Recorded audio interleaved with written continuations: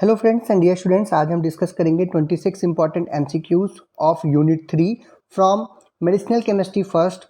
Course code है जिसका 402T, जो कि हमारे B pharm fourth semester second year students और साथ ही साथ diploma in pharmacy second year students के लिए काफ़ी लाभदायक साबित होंगे। ये हमारे यूनिट 3 का पार्ट 2 वीडियो है, जहाँ पे हम लोग कोलिनर्जिक ब्लॉकिंग एजेंट्स या एंटी कोलिनर्जिक ड्रग्स के ऊपर एमसीक्यूज को उनके सोल्यूशन और एक्सप्लेनेशन के साथ देखेंगे, ताकि इनसे रिलेटेड कोई और प्रश्न आपके सामने आए तो आप उनको भी आसान तरीके से सॉल्व कर पाएँ। मैं हूं डॉक्टर बजनेश शुक्ला। चलिए शुरू करते हैं। तो आज का हमारा जो सबसे पहला प्रश्न है वो है, which statement about atropine is correct. Atropine के बारे में कौन सी बात यहाँ पर जो लिखी है वो सही है। N एल्कोलाइडल consist of tropic acid and tropine connected by N amide. देखिए, जो हमारी एट्रोपिन होती है वहाँ पे ट्रॉपिक एसिड और ट्रेपोइन दोनों से मिलकर के वो बनती है, लेकिन वहाँ पर एस्टर बॉन्ड बनता है, ना कि एमाइड बॉन्ड, इसलिए पहली बात तो गलत लिखी हुई है। Next option is increases एवोलर and anatomical dead space. नहीं, जो हमारी एट्रोपिन होती है वो एवोलर डेड स्पेस में इंक्रीज करती है, बट एनाटोमिकल डेड स्पेस में इंक्रीजेस नहीं होती है। At low doses causes bradycardia. ये तीसरी बात जो लिखी है बिल्कुल सही लिखी है। लो डोज में एट्रोपिन जो है वो ब्रेडिकार्डिया जो है वो करती है, यानी कि ब्लड प्रेशर और हार्ट रेट को वो कम करती है। तो ब्रेडिकार्डिया का यही काम होता है। Next D option, acts on both muscarinic and nicotinic receptors. ऐसा नहीं है, एट्रोपिन जो होती है वो सिर्फ और सिर्फ मस्करेनिक रिसेप्टर्स के ऊपर बाइंड करके अपने एक्शन को शो करती है। निकोटिनिक रिसेप्टर्स पे वो कोई एक्शन शो नहीं करती है, इसलिए डी ऑप्शन भी क्या है, गलत है। तो जो हमारा आंसर होगा वो होगा सी। और इसके साथ ही साथ जो एक्सप्लेनेशन मैंने दिया आपको, ए बी डी क्यों नहीं होगा, इसके ऊपर भी कई सारे प्रश्न जो है वो बन सकते हैं, यानी इस पर्टिकुलर प्रश्न से आप 4 प्रश्नों को सॉल्व कर सकते हैं। Next question is what is true about स्कोपोलामिन D and L isomers. स्कोपोलामिन D और एल आइसोमर के बारे में कौन सी बात सही है। D isomer is active. जब हम सारे स्टडी देखते हैं स्कोपोलामिन की, तो हमें देखने को मिलता है कि जो एल आइसोमर होता है वो ज़्यादा एक्टिव होता है दैन द डी आइसोमर। तो इसलिए ए ऑप्शन क्या हो गया, गलत हो गया। It is provided as a racemic mixture. ये बिल्कुल सही बात है। जो हमारा स्कोपोलामिन होता है उसका जब हम लोग आईपीएससी नेम भी देखते हैं तो भी जनरली हम लोग को वहाँ पे प्लस माइनस दोनों देखने को मिलता है, यानी हम यहाँ पे एक रेसमिक मिक्सचर लेते हैं स्कोपोलामिन का, तो वो एक्टिव ड्रग के रूप में हम लोगों के सामने आती है। Does not cause central effects. ऐसी बात नहीं है, स्कोपोलामिन जो है वो ब्लड ब्रेन बैरियर को क्रॉस करती है, इसीलिए सेंट्रल एक्शन भी जो है वो शो करती है सेंट्रल नर्वस सिस्टम के ऊपर। एक्सटेंसिवली रीनली एक्सक्रीटेड, ऐसा नहीं है। स्कोपोलामिन का जो ब्रेकडाउन होता है वो लीवर के अंदर होता है, किडनी में नहीं होता। इस वजह से जो ये जो बात चौथी लिखी हुई है ये भी गलत है। तो जो हमारा राइट आंसर होगा वो क्या होगा, बी, क्योंकि ये एक रेसमिक मिक्सचर के रूप में प्रोवाइड हुआ जाता है। ये सबसे जरूरी बात है। बाकी सारी चीज़ें जो हैं वो एक्सप्लेनेशन में मैंने आपको बताई, इसलिए इससे भी रिलेटेड कई सारे प्रश्न बन सकते हैं जिनका आंसर आप कर सकते हैं इस एक्सप्लेनेशन को समझने के बाद। Next question is the interaction of tropine and trophic acid produces atropine, कार्बेकॉल, प्रोसाइक्लिडिन या फिर डॉक्साकोरियम। देखिए, जो हमारा अभी हमने पहले क्वेश्चन में भी देखा कि जब ट्रोपिन और ट्रोपिक एसिड दोनों की रिएक्शन आपस में कराई जाती है, तो ट्रोपिक एसिड का जो एसिड ग्रुप है वो और हमारे एट्रोपिन का जो अल्कोहलिक ग्रुप है वो आपस में जुड़ करके एस्टर का फॉर्मेशन करते हैं। जैसा कि हम लोगों ने ऑर्गेनिक केमिस्ट्री में पढ़ा था, बिल्कुल वैसे ही ये एस्टरिफिकेशन होता है, और इस एस्टरिफिकेशन टाइप की रिएक्शन में हमें एट्रोपिन जो है वो प्राप्त होती है। इसीलिए जो आंसर होगा वो क्या होगा, हमारा ए। अगर आप इस रिएक्शन को देखना चाहें तो वो भी हम देख सकते हैं। ये देखिए ध्यान से, ये हमारा ट्रोपिन है, ये हमारा ट्रोपिक एसिड है। ये ट्रोपिन का ये हमारा OH ग्रुप है, और ये हमारा COH ग्रुप जो कि एसिडिक ग्रुप है हमारे ट्रोपिक एसिड का। यहाँ से रिएक्शन जो है वो इसके साथ होती है, और इस जगह से H, यहाँ से OH, या यहाँ से H, यहाँ से OH, ये वाटर जो है वो बाहर निकलता है in the presence of HCl, और एस्टर का फॉर्मेशन होता है, जिसकी वजह से हमें एट्रोपिन जो है वो प्राप्त होती है। इसके ऊपर काफ़ी प्रश्न पूछा गया है कि ये कौन सा बॉन्ड बना रहे हैं, ये कौन सा बॉन्ड बन रहा है, यहाँ पे एस्टर बॉन्ड बन रहा है, इसीलिए जो है ये एट्रोपिन भी है, और ये इसके ऊपर भी प्रश्न जो है वो बन सकते हैं। तो आंसर क्या होगा हमारा, एट्रोपिन। नेक्स्ट क्वेश्चन इज, ये इसका सिंथेसिस का क्वेश्चन था। Which term describes the following, reduced smooth muscle spasm, reduced digestive tract movement, पिपिल dilation, decrease production of secretions, increase heart rate, airway relaxation and reduce urine output. तो ये कौन सी class of drugs हैं जो कि इतना कुछ physiological action या हमारे शरीर के ऊपर इतने सारे काम जो है ये करते हैं। यहाँ पर अगर स्मूथ मसल्स में स्पैम्स हो रहा है, दर्द हो रहा है, उसमें मरोड़ आ रही है, तो उसको ठीक करने का काम करते हैं। गैस्ट्रिक ट्रैक्ट के जो डाइजेस्टिव ट्रैक्ट के जो मूवमेंट है उनको रिड्यूस करता है। जो आपकी आँखें उसके प्यूपल का डायलेशन करता है। प्रोडक्शन ऑफ जो सिक्रीशंस हैं उनको डिक्रीज करता है। इतने सारे काम कौन करता है? कोलिनर्जिक इफेक्ट्स कहलाते हैं, या पैरासिम्पैथिक इफेक्ट्स कहलाते हैं, सिंपैथेटिक इफेक्ट्स कहलाते हैं, या फिर एंटी कोलिनर्जिक इफेक्ट्स कहलाते हैं। ये सब के सब जो है वो एंटी कोलिनर्जिक इफेक्ट्स कहलाते हैं। और जो एंटी कोलिनर्जिक ड्रग्स होती हैं हमारी, या जो एजेंट्स होते हैं, वो ये सारे इफेक्ट्स हमें शो कराते हैं। तो इनके ऊपर जो है हम लोग जो भी इनके यूजेस होंगे उससे इनको रिलेट कर सकते हैं। तो एक ही लाइन में सब आ गया। तो आपको इससे uses of the anti cholinergic drugs के ऊपर जो इफेक्ट्स हैं उसके ऊपर आपको आइडिया लग जा रहा है। इसीलिए यहाँ पे आंसर क्या होगा? डी होगा। Next question is which of the following conditions that is treated with anticholinergic drug. अब जो चीज़ें अभी आपने देखे जो इफेक्ट्स, उन्हीं के ऊपर अगर देखा जाए तो डिफरेंट डिसीजेज हो सकती हैं और उनको हम लोग ठीक करने के लिए एंटीकोलिनर्जिक ड्रग का प्रयोग कर सकते हैं। डिसीजेस का नाम है एस्थमा, डायरिया, हमारे पार्किंसन डिसीजेस, मोशन सिकनेस, या फिर ऑल ऑफ द अबव। तो अब अभी हमने देखा, उससे हम लोग अगर रिलेट कर लें तो ये चारों जो बीमारियां लिखी हुई हैं, जो चारों प्रॉब्लम्स लिखी हुई हैं, जो चारों डिसऑर्डर्स लिखे हुए हैं, इनका इलाज हम लोग एंटीकोलिनर्जिक ड्रग से कर सकते हैं। इसीलिए यहाँ पर जो आंसर होगा वो होगा ई, that is all of the above. अब इसमें से किसी के ऊपर भी आपको प्रश्न मिल सकता है, एक दो प्रश्न मैं आगे आपको दिखाऊंगा अभी। तो इसलिए कि हम पूरे सिलेबस में कहीं से कुछ भी पूछा सकता है, लेकिन हमारी कोशिश रहती है कि आपका सिलेबस जो है वो किसी तरीके से कंप्लीट किया जाए, ताकि आप उनसे रिलेटेड ज़्यादा से ज़्यादा प्रश्नों को सॉल्व कर पाएँ। Next question is which statement regarding hyoscine is false? It is naturally occurring, it is a quaternary ammonium compound, causes मैड्रियासिस, causes confusion in the elderly. देखिए यहाँ पे सिर्फ एक बात, कोई चीज़ है जो गलत लिखी हुई है। तो जब हम लोग हायोसिन का स्ट्रक्चर देते हैं, जिसे हम लोग स्कोपोलामीन भी बोलते हैं, वो एक नेचुरली अकरिंग ड्रग होती है, नेचर से हमें प्राप्त होती है, ठीक है, और एक एल्कलाइड है। साथ ही साथ ये मैड्रियासिस यानी कि प्यूपिल डायरेक्शन तो कॉज करेगी, क्योंकि ये एंटीकोलिनर्जिक ड्रग है, इसका हमने पहले ही देख लिया। और ये कन्फ्यूजन भी कॉज करती है हर प्रकार के लोगों में, और ख़ास करके एल्डरली पेशेंट्स में ज़्यादा करती है। तो इसलिए तीनों बातें सही लिखी हुई हैं। लेकिन ये एक एल्कलाइड है, ये क्वाटनरी अमोनियम कंपाउंड जो है वो नहीं है। अगर हम लोग इसका स्ट्रक्चर देखें ध्यान से, तो हमें दिख रहा है कि जो यहाँ पर हमारा नाइट्रोजन है, ये टर्शरी पोजीशन में, एक यहाँ पे मिथाइल ग्रुप लगी हुई है, दो और सब्स्टिट्यूशन है। इसका मतलब अगर एक और कोई सब्स्टिट्यूशन लगा होता तब इसे हम क्वाटनरी बोलते हैं। ये क्वाटनरी नहीं है, ये सिंपल एक नेचुरल एल्कोलाइड है। इसीलिए ए, सी और डी बातें तो सही लिखी हैं, बट बी जो लिखा हुआ है वो गलत है। इसीलिए जो हमारा आंसर होगा वो बी ही हो जाएगा, ठीक है। तो और जो हमें ये मालूम है कि जो इसी को हम लोग स्कोपोलामीन भी बोलते हैं, चाहे आप इसको हायोसिन बोलिए चाहे स्कोपोलामीन बोलिए, दोनों एक ही ड्रग हैं। और ये एक एल्कोलाइड है जो कि स्कोपोलिया कार्निकोलिया से जो है हमें मिलता है। ये कहाँ से मिलता है ये भी प्रश्न पूछा जा सकता है, तो आपको यहाँ से प्राप्त होता है। और ये प्यूपिल डायलेशन और कन्फ्यूजन को कॉज करता है। Next question is what is true about scopolamine, जिसे हम हायोसिन भी कह रहे हैं। It is an acetyl choline, N होगा, ए लिखा हुआ है। Acetyl choline antagonist, मस्केरेनिक antagonist.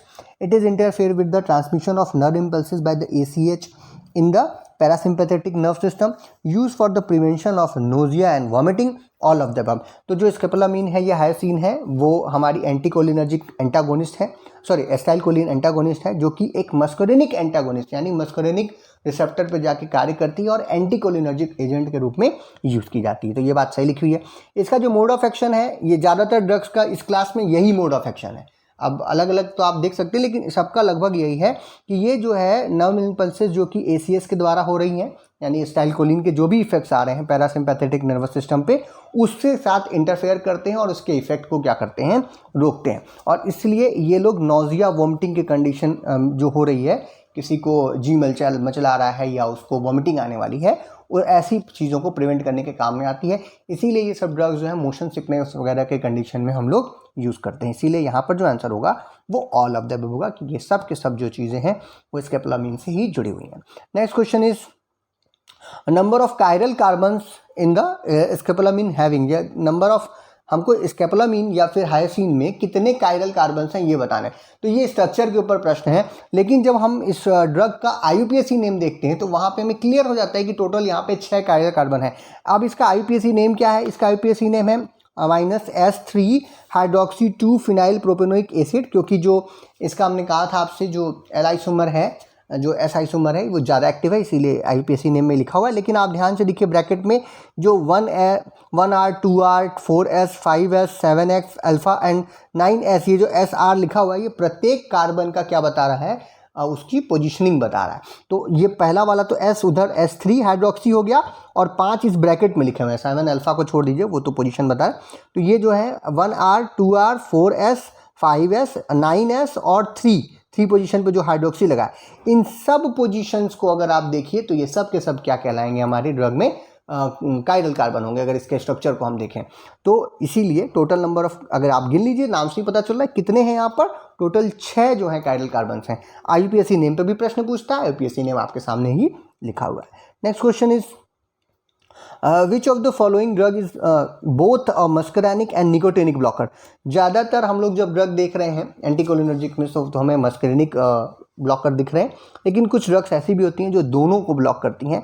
तो वो एट्रोपिन भी नहीं हो सकती, हेक्सामेथेनियम भी नहीं है, सक्सिनाइल क्लोनाइल भी नहीं है, ये सिर्फ और सिर्फ एक ड्रग है, दैट इज बेंजट्रोपिन। बेंजट्रोपिन जो ड्रग है वो मस्करेनिक और निकोटिनिक दोनों रिसेप्टर्स पे जाकर के बाइंड करके उन्हें ब्लॉक करती है और इस तरीके से अपना एक्शन जो है वो शो करते हैं। Next question is N-methyl 8 एजाबाइसाइक्लो oct 3-aryl 2-hydroxy 2-phenyl acetam is the IUPAC name of हायोसाइमिन, atropine, homatropine या फिर ट्रोपिकामिन। तो जब हम लोग इसका स्ट्रक्चर देख लें अगर, तो आपके सामने ये आ जा रहा है।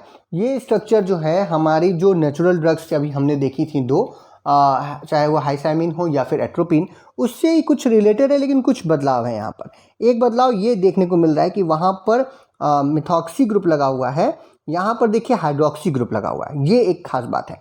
और इसीलिए ये नेचुरल ड्रग ना होकर के क्या होगी, एक सेमी सिंथेटिक या सिंथेटिक क्लास की ड्रग होगी, और इसका नाम क्या है हमारा, होमाट्रोपिन। होमाट्रोपिन जो ड्रग है उसका ये स्ट्रक्चर है और IUPAC नेम भी ये होमाट्रोपिन का ही है। नेक्स्ट क्वेश्चन, स्ट्रक्चर और IUPAC नेम पे क्वेश्चन आ सकते हैं, वो आपके सामने। और इसमें अंतर क्या है, अंतर यहाँ पर आपको दिखाई दे रहा है। साथ ही साथ एक अंतर और है, यहाँ पर भी जो है वो ऑक्सीजन अवेलेबल होते हैं, वो यहाँ पर देखने को नहीं मिल रहा है। नेक्स्ट क्वेश्चन इज, अब इसी के ऊपर है, विच इज सेमी सिंथेटिक और सिंथेटिक पैरासिम्पैथोलाइटिक एजेंट। अब आपके ऑप्शन है hyoscine, atropine, both A and B, या फिर D होमाट्रोपिन। तो जो हायोसिन और एट्रोपिन है ये हमने आपसे बताया कि ये नेचुरल ड्रग्स हैं, ये सेमी सिंथेटिक या सिंथेटिक नहीं है। अब इनसे ही आगे की क्लासेस की ड्रग बनती हैं और जिसे हम लोग सेमी सिंथेटिक या सिंथेटिक ड्रग के अंतर्गत रखते हैं। तो इसीलिए होमाट्रोपिन जो है वो यहाँ पर क्या हो जाएगी, हमारा राइट आंसर हो जाएगा, यानी कि D। तो क्लासिफिकेशन के ऊपर भी बहुत सारे प्रश्न बनते हैं, यहाँ भी बन सकते हैं, वो आपके फार्माकोलॉजी में भी बन सकते हैं। तो आप इस पे जो है ध्यान रखिएगा कि ये प्रश्न जो है यूजेज वाले और हमारे MOA वाले और हमारे क्लासिफिकेशन वाले, ये आपके दोनों जगह काम करेंगे। बहुत सारे लड़के कहते हैं सर फार्माकोलॉजी का वीडियो बना दीजिए, फार्माकोलॉजी का बना दीजिए। भैया फार्माकोलॉजी थोड़ी सी मेरी कमज़ोर है, लेकिन आपको कुछ चीज़ें जो हैं वो लगभग बराबर हो जाती हैं, तो वो दोनों जगह आपके दोनों सब्जेक्ट्स में आपको काम कर जाती हैं। Next question is, which group according to, देखिए एक छूट गया, मेरी इंग्लिश भी अब कमज़ोर हो रही है। अकॉर्डिंग टू द सार of anticholinergic drugs doesn't poses antagonist action. OH group, कार्बोक्सिलेमाइड group, Easter group या हेड्रोसाइक्लिक रिंग। अगर एक जनरल स्ट्रक्चर हम लोग देखें इन ड्रग्स का, तो ये हमें कोलिनर्जिक ड्रग्स के जैसा ही दिखाई देता है। अंतर क्या होता है कि कोलिनर्जिक ड्रग पे यहाँ पर हमें R नहीं देखने को मिल रहा, यहाँ पर जो R हमने लोगों ने लगाया ये बड़े बल्कि ग्रुप हो सकते हैं, क्या नाम है, हेट्रोसाइक्लिक रिंग सिस्टम हो सकता है, एरोमेटिक रिंग सिस्टम हो सकता है यहाँ पर, और ये जो क्वाटनरी भी हो सकता है, टर्सरी भी हो सकता है, जब हम लोग इस की बात करते हैं। अब इस पे अगर बदलाव करते हैं तो चीज़ है, यहाँ पर OH ग्रुप लाते हैं तो भी जो है एंटीकोलिनर्जिक एक्टिविटी आती है, यहाँ पर हम लोग बल्कि ग्रुप लगाते हैं, हेट्रोसाइक्लिक ग्रुप लगाते हैं तो भी जो है हमको एंटीकोलिनर्जिक इफेक्ट या एंटागोनिस्ट एक्टिविटी जो है वो आती है। लेकिन इस ईस्टर ग्रुप को आप देखिए तो ये दोनों जगह हमें देखने को मिलेगा, कोलिनर्जिक में भी दिख रहा है, एंटीकोलिनर्जिक में दिख रहा है। इसका मतलब ये एंटागोनिस्ट से इसका कुछ लेना देना नहीं है। इसीलिए सार के अनुसार जो हमारा ग्रुप है जिसकी वजह से एंटागोनिस्ट एक्टिविटी नहीं आती है वो क्या हो सकता है, ईस्टर ग्रुप ही हो सकता है। इसीलिए जो C है वो हमारा क्या हो जाएगा, आंसर हो जाएगा। Next question is, the interaction of atropine and isopropyl bromide processes. ये एक ड्रग की सिंथेसिस प्रोसेस है जहाँ पर हम लोग एट्रोपिन और आइसोप्रोपाइल ब्रोमाइड को अगर एक साथ ले करके रिएक्ट करा देते हैं तो जो ड्रग बन करके आती है, वहाँ पर आप देखिए कि यहाँ पर आइसोप्रोपाइल ब्रोमाइड का जो ग्रुप है, आइसोप्रोपाइल ग्रुप, वो इस नाइट्रोजन पे जुड़ता है, जिसकी वजह से ये क्वाटनरी आयन में, अमोनियम आयन में कन्वर्ट होता है, साथ ही साथ ब्रोमीन जो है यहाँ से ब्रोमीन आयन जो है वो भी आ जाता है। तो ये जो ड्रग है वो आप देखिए एट्रोपिन के स्ट्रक्चर में थोड़ा सा बदलाव जो है सिर्फ हो रहा है, नाइट्रोजन के ऊपर आइसोप्रोपाइल ग्रुप जोड़ रहा है, और ये ड्रग ही कहलाती है आइपरट्रोपियम ब्रोमाइड। इसीलिए जो हमारा आंसर होगा वो डी होगा। ये इसकी सिंथेसिस से रिलेटेड एक प्रश्न आपके सामने है, या स्ट्रक्चर में भी बदलाव के ऊपर क्वेश्चन आ सकता है। तो आप इसके स्ट्रक्चर में सिर्फ एक यही अंतर है कि आइसोप्रोपाइल ग्रुप जो है वो एट्रोपिन में लग रहा है और इस वजह से आइसोप्रोपियम ब्रोमाइड जो है वो बन रही है।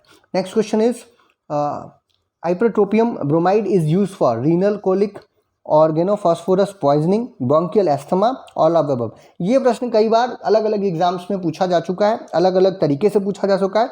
तो जो आइपरट्रोपियम ब्रोमाइड होती है उसकी सबसे अच्छा यूज जो है वो है ब्रोंकियल एस्थमा, क्योंकि ब्रोंकियल स्मूथ मसल जो है उनको रिलैक्स करती है, इसीलिए अस्थमा के केस में आसानी से इसका प्रयोग किया जा सकता है। इसीलिए, और जिसका स्ट्रक्चर अभी हम लोगों ने देखा था, फिर से एक बार स्ट्रक्चर आपके सामने है, इसीलिए जो आंसर होगा हमारा वो सी होगा, that is bronchial asthma. Next question is mechanism of action of ipratropium bromide can be due to antagonism of cholinergic receptors। नहीं, ये ऐसा नहीं है। Stops the activity of acetylcholine in the smooth muscles preventing the contraction and relaxed airways। सबसे सही जो option होगा ए और बी में से, क्योंकि ए बी एंटागोनिज्म वाली बात भी कई जगह कुछ टर्न पे सही है, लेकिन जो एकदम सही आंसर होगा वो हमारा बी होगा। क्यों? क्योंकि ये एक्टिविटी जो होती है एसिटाइलकोलिन को उसको स्टॉप करती है स्मूथ मसल्स में और प्रिवेंट करती है उनका कॉन्ट्रैक्शन और रिलैक्स करती है एयरवेज को, जिस वजह से हम लोग इसे अस्थमा के केस में, ब्रोंकियल अस्थमा के केस में यूज़ कर रहे हैं। एसिटाइलकोलिन एस्टरेज इनहिबिटर ये नहीं होती है, एंटीकोलिनेर एस्टरेज स्टिमुलेशन भी ये नहीं करती है, इसीलिए जो बी होगा it will be the correct answer. Next question is what is true about tropicamide? It is synthetic muscarinic antagonist. सही बात है, ये एक सिंथेटिक ड्रग है, नेचुरल ड्रग नहीं है, और साथ ही साथ ये मस्करेनिक एंटागोनिस्ट के रूप में एंटीकोलिनर्जिक एजेंट के रूप में यूज़ की जाती है, तो बिल्कुल सही बात है। With action similar to atropine and with a anticholinergic property, तो बिल्कुल सही बात है। इस क्लास की जितनी ड्रग्स हैं सब एट्रोपिन जैसा ही एक्शन शो करती हैं और सबके सब एंटीकोलिनर्जिक प्रॉपर्टी शो करते हैं।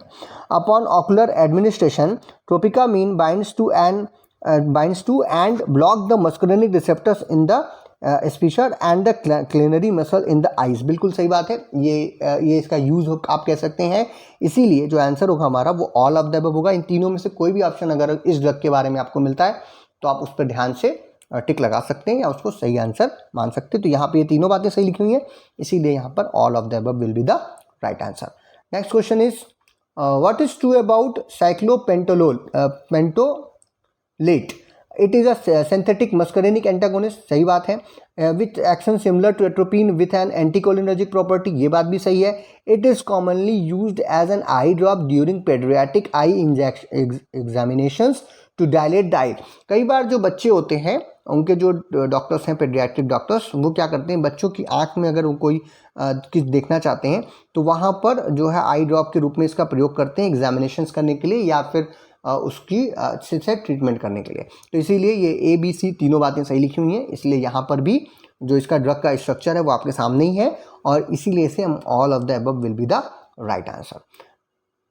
नेक्स्ट क्वेश्चन इज, इसी के ऊपर हम लोग देखेंगे RS2 dimethyl amino ethyl 1 hydroxy साइक्लोपेंटाइल phenyl acetate is the IUPAC name of. तो अब इसका स्ट्रक्चर देखा जाए तो अभी स्ट्रक्चर हम लोगों ने देखा था, स्ट्रक्चर पीछे चला गया, वहाँ पर भी आप देख रहे थे कि हाइड्रोक्सी साइक्लोपेंटाइल ग्रुप लगा हुआ है, फिनाइल एसिटेट लगा हुआ है और डाइमिथाइल अमीनो ग्रुप लगा हुआ है। और है स्ट्रक्चर यहाँ पे आप देखिए ध्यान से, ये क्या है, ये कौन सा ग्रुप लगा हुआ है, हाइड्रोक्सी ग्रुप है। हाइड्रोक्सी के साथ साइक्लोपेंटाइल 5 कार्बन की साइकिल लगी हुई है। एक जो है ये फिनाइल एसिटेट इसलिए बोल रहे हैं क्योंकि फिनाइल ग्रुप भी यहाँ पे लगा हुआ है और ये एसिटेट फॉर्म में है, और साथ ही साथ dimethyl amino group, this is dimethyl amino, 2 methyl group लगे हुए हैं और एक इथाइल के साथ, इथाइल चेन के साथ ये जुड़े हुए हैं। तो ये जो ड्रग है इसी को हम लोग कहते हैं साइक्लोपेंटोलेट और ये एक काफ़ी अच्छी एंटी कोलिनर्जिक ड्रग के रूप में हमें देखने को मिलती है। तो इसके स्ट्रक्चर और IUPAC नेम और इसके यूजेस पे या इसके क्लास पे क्वेश्चन जो है वो आ सकता है। Dash dash dash is an anti cholinergic specially a muscarinic antagonist drug. It में help symptoms of cramping and abdominal stomach pain by decreasing stomach acid and slowing the intestine. ये इतनी सारी बातें लिखी हैं। आपको अगर पेट में दर्द हो रहा है, सिम्टम्स ऐसे आ रहे हैं, मरोड़ हो रही है स्टमक में, खास करके एब्डोमिनल पेन हो रहा है, ऐसे में कौन सी एंटीकोलिनर्जिक ड्रग है जो कि मस्करेनिक एंटागोनिस्ट के तरीके से कार्य करती है और इन सभी प्रॉब्लम्स में आपकी मदद करती है। ये ड्रग क्या हो सकती है? फाइगोस्टिगमिन नहीं, ये कोलिनर्जिक ड्रग है। रोपाफोमियम नहीं, क्लैडियम ब्रोमाइड या फिर ऑल ऑफ द अबव। तो यहाँ पर जो सी ऑप्शन है यानी कि क्लैडियम ब्रोमाइड, ये ड्रग जो है उसका स्ट्रक्चर आपके सामने है। ये कुछ जो है हमारे थोड़ा सा इसमें डबल हमें एरोमेटिक रिंग देखने को मिल रही है और ये एंटीकोलिनर्जिक ड्रग के रूप में हमें कार्य करते हुए दिखाई देती है। इसीलिए जो हमारा आंसर होगा वो क्या होगा? क्लैडियम ब्रोमाइड। इसका स्ट्रक्चर भी है, स्ट्रक्चर के ऊपर प्रश्न आता है तो आप इसको भी कर सकते हैं। Next question is what is true about dicyclomine hydrochloride. Dicyclomine काफ़ी एक फेमस ड्रग है, हम सभी ने कभी न कभी पेट दर्द इत्यादि में खाई होगी। Synthetic analogue of acetylcholine with anti muscarinic activity, सही बात है। एंटागोनाइजेज muscarinic receptors on smooth muscles in the gastrointestinal tract, thereby preventing the actions of acetylcholine and reducing GI smooth muscle spasm। ये इसका यूज भी हो गया, इसका मैकेनिज्म ऑफ एक्शन भी हो गया, इस तरीके से ही ये कार्य करती है। इसीलिए अगर किसी व्यक्ति को पेट में मरोड़ दे करके दर्द हो रहा हो तो उसे जो पहली ड्रग हम लोग देते हैं वो डाइसाइक्लोमिन हाइड्रोक्लोराइड के रूप में ही देते हैं। शायद मेफ्टार स्पाज्म जो ड्रग आती है उसमें यही एक्टिव एजेंट के रूप में हमें देखने को मिलता है। Muscarinic antagonist used as एंटीस्पाज्मोटिक and it in urinary inconsistent. तो ये तीनों बातें जो लिखी हुई हैं बिल्कुल सही लिखी हैं। इसका यूज भी है, मोड ऑफ एक्शन भी है और ये डाइसाइक्लोमिन हाइड्रोक्लोराइड के बारे में ही है। इसीलिए जो हमारा आंसर होगा ये इसका स्ट्रक्चर हो गया। यहाँ पे डाइसाइक्लोमिन इसको क्यों बोलते हैं? 2 साइक्लिक रिंग लगी हुई हैं, दोनों साइक्लोहेक्सेन है, बेंजीन नहीं है, साइक्लोहेक्सेन रिंग लगी हुई है। और जो हमारा नाइट्रोजन है यहाँ पर, इसके ऊपर भी कई नाइट्रोजन सभी स्ट्रक्चर में। हाँ, एक चीज़ हम छूट रहा है, जितने भी नाइट्रोजन हैं जो अमीनो ग्रुप लगा हुआ है वो टर्सरी है कि क्वाटनरी है, इस पर बहुत सारे प्रश्न पूछे जा सकते हैं। तो यहाँ पर भी आप देख रहे हैं कि ये टर्सरी जो है अमोनियम ग्रुप जो है यहाँ पे लगा हुआ है, तो इसके स्ट्रक्चर में ये खास बात है। इसीलिए जो आंसर होगा हमारा वो all of the above. Next question is question number 21। 2 diethyl amino ethyl 1 cyclohexyl cyclohexane 1 carboxylate is the IUPAC name of atropine, कार्बेकॉल, प्रोसाइक्लिडीन या फिर डाइसाइक्लोमिन। तो अब यहाँ पर एक बार फिर से हम स्ट्रक्चर देख लेते हैं। ये सेम वही पीछे वाला स्ट्रक्चर ही है, बट फिर से एक बार देख लीजिए कि यहाँ पर 2 जो हैं क्या लगी हुई हैं? साइक्लोहेक्सिल ग्रुप लगी हुई हैं, साइक्लोहेक्सिल या हेक्सेन रिंग लगी हुई है। और ये साइक्लोहेक्सेन रिंग जो है वो कार्बोक्सिलेट आयन के साथ जुड़ी हुई है या कार्बोक्सिलेट ग्रुप के साथ, एस्टर के साथ जुड़ी हुई है। साथ ही साथ यहाँ पर डाईइथाइल अमीनो इथाइल ग्रुप लगा हुआ है। This is ethyl group and this is diethyl amino group. और यहाँ पर ये कौन सा फॉर्म है? टर्शरी फॉर्म में अमीनो ग्रुप लगा हुआ है। तो ये किसका स्ट्रक्चर है? डाइसाइक्लोमिन का। इसी के साथ अगर HCl डाल दीजिए तो ये फिर डाइसाइक्लोमिन HCl के रूप में हमको देखने को मिल जाएगी। नेक्स्ट क्वेश्चन इज, आप HCl डालने से कार्बोनियम आयन में कन्वर्ट हो जाएगा। अगर डाइसाइक्लोमिन HCl बोल रहा है तो H+ आकर जुड़ेगा नाइट्रोजन के ऊपर और जिसकी वजह से वहाँ पर आपको क्वाटरनरी आयन में वो कन्वर्ट हो जाएगा। Dicyclomine diethyl amino ester of 1 cyclohexane carboxylic acid is synthesized by benzyl cyanide undergoes alkylation by. देखिए अब यहाँ पर ये सिंथेसिस के ऊपर प्रश्न है, लेकिन प्रश्न में ही कुछ प्रश्नों के उत्तर भी हैं कि जो हमारा डाइसाइक्लोमिन होता है वो डाइइथाइल अमीनो इथाइल एस्टर होता है किसका? 1 साइक्लोहेक्साइल साइक्लोहेक्सेन कार्बोक्सिलिक एसिड का। इस पर भी प्रश्न बन सकता है। अब ये कह रहा है कि यहाँ पर स्टार्टिंग मटेरियल क्या है, इस पर भी प्रश्न बन सकता है। तो आप कहेंगे बेंजाइल साइनाइड की अगर हम लोग रिएक्शन 1,5 डाइब्रोमोपेंटेन के साथ करते हैं, यानी उसका एल्काइलेशन हो रहा है, तो जो आगे चल करके वो हमें डाइसाइक्लोमिन मिलती है। जैसे कि आपके सामने सिंथेसिस है, ये देखिए जो सबसे पहली चीज़ है ये हमारा स्टार्टिंग मटेरियल है क्या? Benzyl cyanide. बेंजाइल साइनाइड की रिएक्शन अगर हम लोग 1,5 डाइब्रोमोपेंटेन के साथ कराते हैं तो यहाँ पर ये साइक्लाइजेशन में चला जाता है। दोनों ब्रोमीन यहाँ से निकलेगी, दोनों हाइड्रोजन यहाँ से निकलेंगे और ये यहाँ पर साइक्लाइजेशन होगा। साइक्लाइजेशन होकर के यहाँ पर साइक्लोहेक्सिल ग्रुप जो है मिल जाएगा। फिर यहाँ पर हम लोग इसका एस्टरीफिकेशन करेंगे एंड देन आगे बढ़ के इसमें क्या नाम है डाई सब्स्टिट्यूटेड मिथाइल एल्कोहल की से इसकी रिएक्शन कराएंगे जैसा कि यहाँ पे दिखाई दे रहा है, और फिर हमें क्या मिलेगा, हमारा इसका रिडक्शन करेंगे। रिडक्शन करने से जो बेंजीन रिंग है उसके सभी डबल बॉन्ड्स हट जाएंगे, वहाँ पे हाइड्रोजन आ जाएगा और आपको आपकी ड्रग जो है वो डाइसाइक्लोमिन मिल जाएगी। तो ये डाइसाइक्लोमिन की सिंथेसिस के ऊपर एक प्रश्न है। यहाँ पर जो ऑप्शन होगा वो option A, it will be the right answer. Next question is 1 cyclohexyl 1 phenyl 3 pyrrolidine 1 aryl propane 1 all hydrochloride is the IUPAC name of which anticholinergic agent। अब यहाँ पर देखिए 1 cyclohexyl है, 1 phenyl लिखा हुआ है और पैरोलिडीन रिंग लगी हुई है, तो ये डाइसाइक्लोमिन का स्ट्रक्चर नहीं है। इसका स्ट्रक्चर अगर हम लोग ध्यान से देखिए तो इसमें 2-3 चीज़ें आपको देखने को मिल रही हैं। एक तो यहाँ पर फ्री नाइट्रोजन वहाँ पे दिख रहा था, उसके ऊपर 2 इथाइल ग्रुप लग रहे थे, वो हट गया है। अब यहाँ पर हमको क्या दिख रहा है, पैरोलिडीन रिंग देखने को मिल रही है। नाइट्रोजन जो है वो क्वाटर्नियम आयन के रूप में, क्योंकि यहाँ पे HCl आ गया, HCl ना होता तो यहाँ पे भी टर्शरी होता है। दूसरी चीज़, सॉल्ट फॉर्म में बनाने पर ये क्वाटर्नियम में कन्वर्ट हो गया। दूसरा, यहाँ पर 2 साइक्लोहेक्सिल रिंग की जगह एक जो है साइक्लोहेक्सिन है और एक जो है यहाँ पर बेंजीन रिंग जो है वो लगी हुई है। ये जो ड्रग है वो है प्रोसाइक्लिडीन। प्रोसाइक्लिडीन जो है वो भी डाइसाइक्लोमिन की जैसे काफ़ी एंटी स्पाज्मोडिक ड्रग है और एंटी कोलिनर्जिक ड्रग भी है, और इसका भी प्रयोग काफ़ी ज़्यादातर किया जाता है। तो यहाँ पे आंसर क्या होगा हमारा सी, that is प्रोसाइक्लिडीन। Next question is what is correct about the mechanism of action या mode of action of प्रोसाइक्लिडीन hydrochloride. अब देखिए इसका किस तरीके से कार्य करती है। प्रोसाइक्लिडीन blocks the central cholinergic receptors and balances the cholinergic and dopaminergic activity in the basal ganglia. बिल्कुल सही बात है, इस तरीके से ये कार्य करती है। It is also having pharmacological similarities with atropine which results in the many of its effects। ये बात भी सही है। It also exerts an antispasmodic effect on the smooth muscles and result in the production of mydriasis and reduction in salivation। ये भी बात सही है, यानी तीनों बातें लिखी हुई हैं, इसके uses and mechanism of action से रिलेटेड है, इसीलिए जो आंसर हमारा होगा वो ऑल ऑफ द होगा। ये तीनों कार्य जो है हमारी प्रोसाइक्लिडीन हाइड्रोक्लोराइड जो है वो करती है।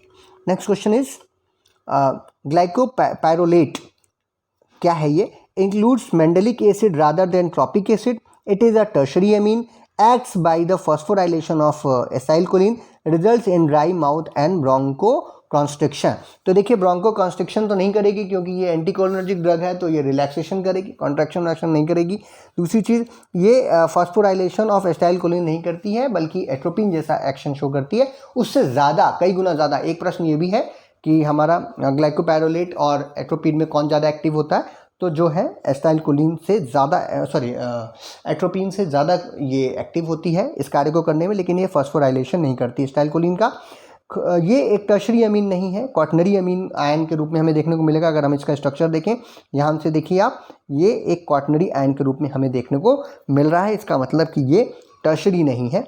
और एक चीज़ और, यहाँ पर जो एसिड आपको देखने को मिल रहा है तो वो ट्रोपिक एसिड की जगह पर यहाँ पर मेंडेलिक एसिड जो है वो देखने को मिलता है। ये अंतर जो है यहाँ पर देखने को मिल रहा है। तो ये एक चीज़ जो है इसको अलग करती है किससे, हमारे एट्रोपिन से, और इस मेंडेलिक एसिड को लाने पर ट्रोपिक एसिड की जगह से ये ज़्यादा एक्टिव हो जाता है देन द एट्रोपिन। तो ये इसके सार से भी हमें पता चलता है। तो जो हमारा आंसर होगा वो ए, क्योंकि यही बात यहाँ पे सही लिखी है, includes मेंडेलिक acid rather than the tropic acid. बाकी बातें तो सब गलत ही लिखी हुई हैं, और क्यों गलत है वो भी मैंने आपको एक्सप्लेनेशन में बता दिया। तो इस पर भी प्रश्न जो है वो बन सकते हैं। नेक्स्ट क्वेश्चन इज, जो कि हमारा लास्ट क्वेश्चन है आज का, ऑफ्रेडिन ड्राइन सिट्रेट MOA और उसका थेरेपेटिक यूज़ क्या है। स्टिमुलेट्स निकोटिनिक रिसेप्टर और अस्थमा उसका यूज़ है। स्टिमुलेट मेस्कुरेनिक रिसेप्टर्स, मसल स्पैज्म इसका यूज़ है। रिलैक्सेंस, मसल स्पैज्म में, रिलैक्सेंस में उसका यूज़ है। इनहिबिट निकोटिनिक रिसेप्टर्स और अस्थमा, या फिर inhibits muscarinic receptors and muscle spasm. तो अफ्रेड्राइन सिट्रेट जो है वो मस्कुरेनिक रिसेप्टर्स को इनहिबिट करती है, जैसे कि ज़्यादातर एंटीकोलिनर्जिक ड्रग करती हैं, उसी क्लास की ड्रग है इसलिए। और मसल स्पैज्म में जो है आपके यूज़फुल होती है, मसल स्पैज्म में रिलैक्स करने का कार्य जो है वो करती है। ज़्यादातर एंटी मस्कुरेनिक एजेंट्स इसी तरीके का कार्य शो करते हैं, इसीलिए जो हमारा आंसर होगा वो डी, और ये इसका स्ट्रक्चर है, सिंपल सा स्ट्रक्चर, और ये जो है D will be the right answer. तो ये हमारे 26 क्वेश्चन है सेकंड पार्ट से ऑफ द यूनिट 3, लेकिन इससे कई सारे प्रश्न आप इन सभी एक्सप्लेनेशन और इनके आंसर्स को या देख करके, ऑप्शंस के ऊपर ध्यान रख करके आप 60-70 क्वेश्चंस को सॉल्व कर सकते हैं। इस तरीके के प्रश्न बन सकते हैं और उनका सॉल्यूशन जो है इनसे हो सकता है, और होप करते हैं कि इनसे आपको एग्ज़ाम में या आपकी जो तैयारी आप एग्ज़ाम की कर रहे हैं उसमें आपको मदद मिली होगी। अगर आपको ये वीडियो पसंद आया हो तो इसे लाइक कीजिए, अपने फ्रेंड्स में शेयर कीजिए। चैनल पे नए हो तो चैनल को सब्सक्राइब कीजिए। हम जल्दी आपके सभी यूनिट्स के MCQs को समाप्त कर रहे हैं। और अगर आपकी कोई सजेशंस हैं या कोई प्रश्न है तो आप कमेंट बॉक्स में लिख सकते हैं, उनका आंसर करने की कोशिश करेंगे। वीडियो को देखने के लिए बहुत बहुत धन्यवाद। इसका PDF लिंक आपको जल्दी ही डिस्क्रिप्शन में मिल जाएगा, आप वहाँ से डाउनलोड कर सकते हैं। अगर जिनको FB से या फेसबुक, क्योंकि फ्री अवेलेबल है इसलिए हम लोग वहाँ डालते हैं, अगर आपको वहाँ से डाउनलोड करने में दिक्कत आ रही है तो आप हमारे टेलीग्राम चैनल को भी ज्वाइन कर सकते हैं, वहाँ से आप फ्रीली PDFs को पा सकते हैं। वीडियो को देखने के लिए एक बार पुनः बहुत बहुत धन्यवाद।